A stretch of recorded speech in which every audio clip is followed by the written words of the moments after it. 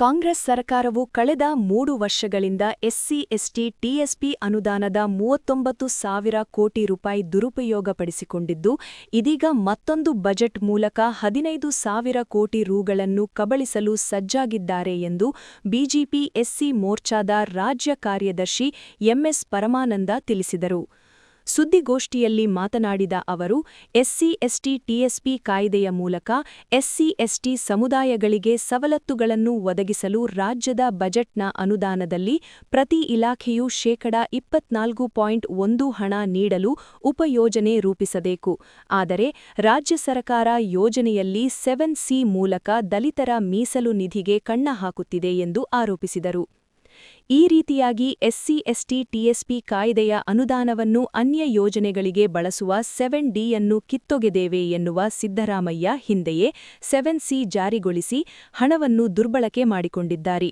ದಲಿತರ, ಆದಿವಾಸಿಗಳ ಸಬಲೀಕರಣ, ದಲಿತ ಕೇರಿ ಕಾಲೋನಿಗ ಹಾಡಿಗಳ ಮೂಲಭೂತ ಸೌಲಭ್ಯ, ಶಿಕ್ಷಣ, ಆರೋಗ್ಯ, ಕುಡಿಯುವ ನೀರು, ಸವತಿ ಸ್ವಾವಲಂಬನೆಗೆ ಒತ್ತು ನೀಡದೆ ಗ್ಯಾರಂಟಿ ಯೋಜನೆಗಳಿಗೆ ದುರುಪಯೋಗ ಮಾಡಿಕೊಳ್ಳಲಾಗುತ್ತಿದೆ ಎಂದು ದೂರಿದರು.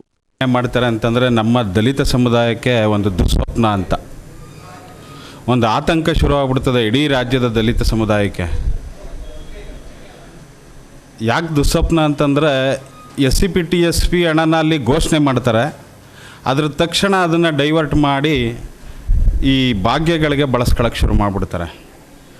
ಹಂಗೆ ಶುರು ಮಾಡಿದ ಹಣದಲ್ಲಿ ಯಾವುದೇ ದಲಿತ ಕೂಡ ಅಭಿವೃದ್ಧಿಯಾದ ಉದ್ಧಾರ ಆದಂಥ ಉದಾಹರಣೆ ಈ 3 ವರ್ಷದಲ್ಲಿ ಇಲ್ಲ.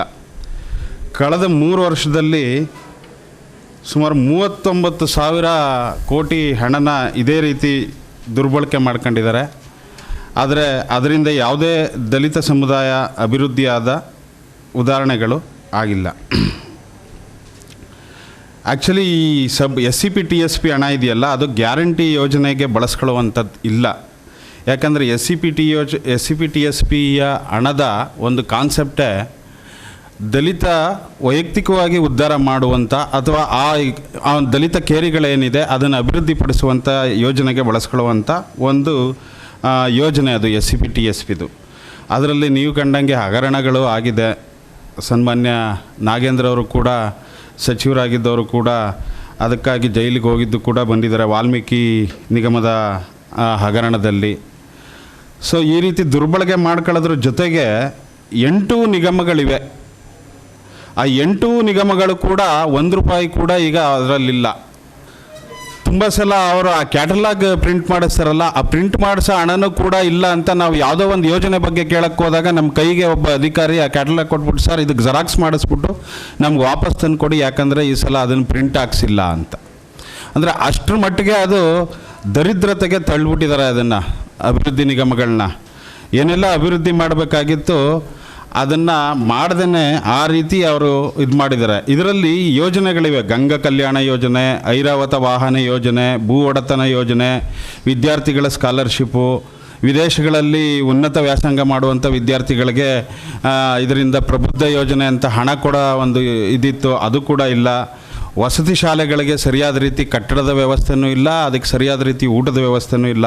ಹಾಸ್ಟೆಲ್ ಕಟ್ಟಡಗಳು ಕೂಡ ಇಲ್ಲ, ಊಟದ ವ್ಯವಸ್ಥೆನೂ ಕೂಡ ಇಲ್ಲ. ಇವೆಲ್ಲವೂ ಕೂಡ ಮಾಡಬೇಕಾಗಿದ್ದು ಈ ಎಸ್ಸಿ ಟಿ.ಎಸ್.ಪಿ ಹಣದಿಂದಲೇ. ಆದರೆ ಅದನ್ನು ಇವರು ಮಾಡ್ತಾ ಇಲ್ಲ. ಗೋಷ್ಠಿಯಲ್ಲಿ ಜಿಲ್ಲಾಧ್ಯಕ್ಷ TG Shankar, Venkatesh, MS Dharanendra, TS Harish, Anil Kumar ಇದ್ದರು.